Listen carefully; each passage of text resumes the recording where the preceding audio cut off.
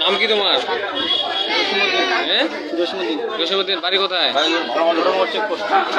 ধর্মর চেকপোস্ট। বাবার নাম কি তোমার? মায়ের নাম?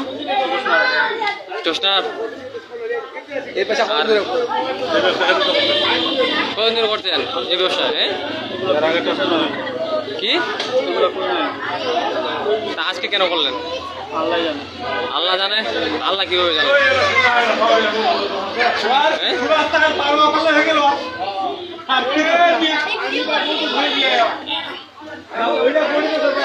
ছাগল তবে বিশাল বড় ছাগল।